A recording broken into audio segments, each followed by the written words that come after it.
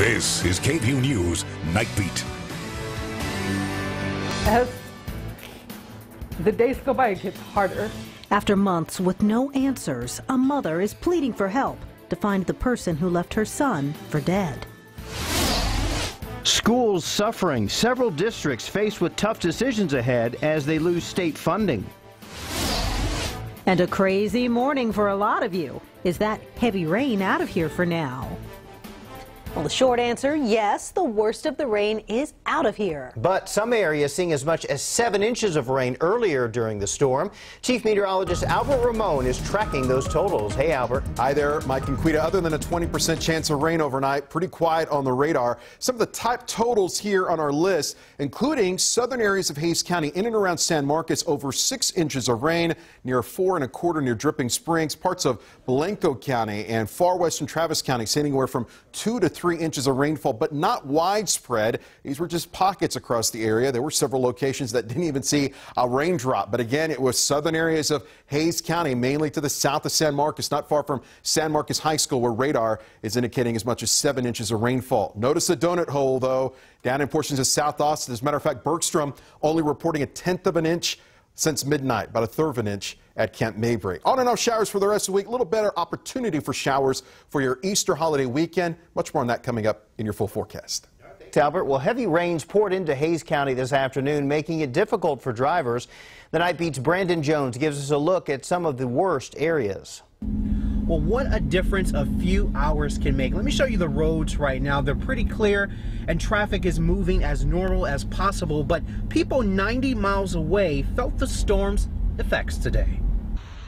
So this lady tried to go and she had a baby.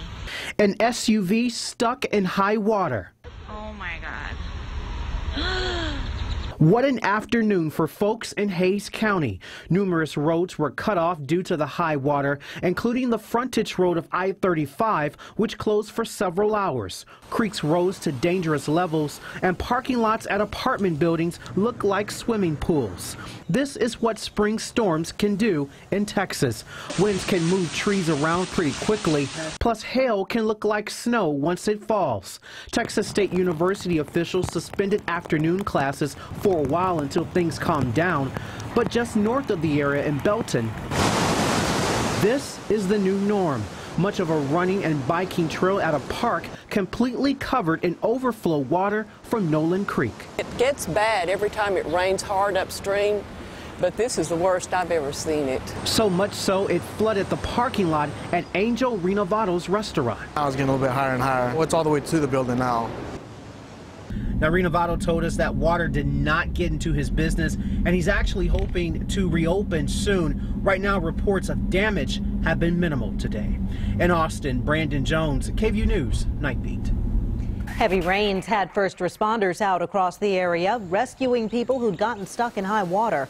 You can see how high the water came up to this Highlander in Temple, just south of Waco. There it is. If you're not sure how high the water is, just don't risk it. Turn around. Don't drown.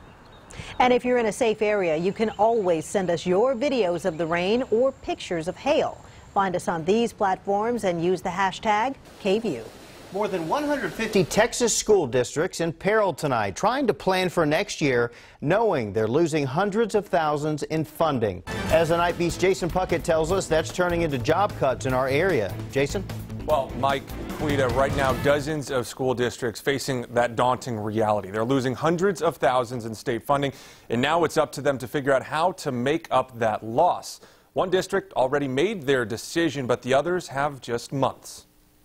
It's nearing the end of the school year, but General Superintendent Bill Chapman isn't looking forward to the next few months. They keep saying you could have planned for this. Well, we can plan, but we still don't know what those numbers are going to be every single year. Just this week, the numbers came in. Even with Gerald's recent growth, they're losing almost $700,000 in state funding. I can't cut gas. I can't cut electricity. I can't get the buildings going. And that leaves salaries, a.k.a. teachers. It's a lot. This was this was significant. That's Blanco ISD Superintendent Buck Ford. Just this week, he and his board had to cut a teaching position and accept the resignation of 12 others to make up for a $720,000 loss in their district. Yeah, it's going to affect their programs.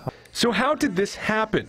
Well, to offset property tax breaks several years ago, state money was given to schools, but this year that money phases out. So in some ways it is a cliff. It's dangling there in front of us, and we're going to go off of it, so I guess that makes it a cliff. In rural districts like Blanco and Gerald, city growth hasn't been able to offset the loss, leaving administrators little choice. Cut positions. It is the thing that you hate to do in schools.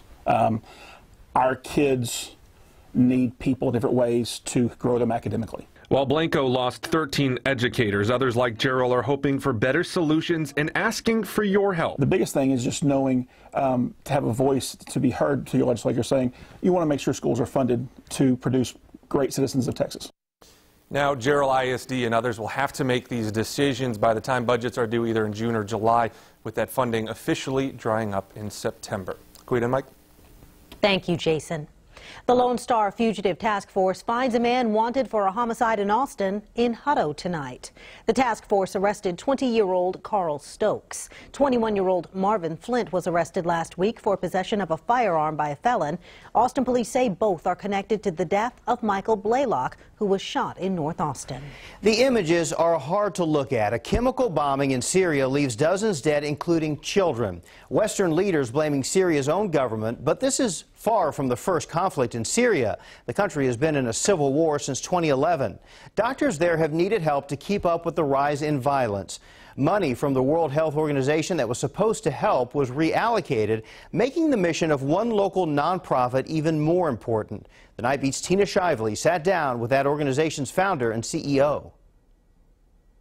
Being a new parent is hard. Now imagine doing it in Syria. You get to a facility that may or may not have power, probably doesn't have food, maybe has water, has a very small amount of medicine that they are going to give you very, very sparingly. Sarah Bonds founded Circle of Health International in Austin 13 years ago.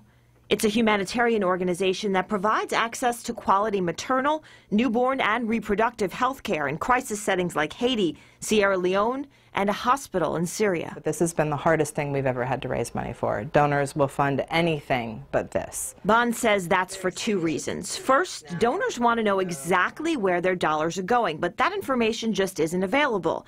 And second, the world is scared of Syria, and we're scared of Syrians. While it seems like the recent American involvement would add insult to injury, Syrians that Bonds has spoken to are saying something else. Like, we've been waiting for the global community to show up, and you are finally doing what we needed you to do 6 years ago. Bonds hopes U.S. involvement will prompt conversation, education, and donations. And that people open their wallets, they open their homes, they open their churches, they open their hearts to conversation about this, and they take action in whatever way it makes sense for them to do so. In Austin, Tina Shively, KVUE News Nightbeat.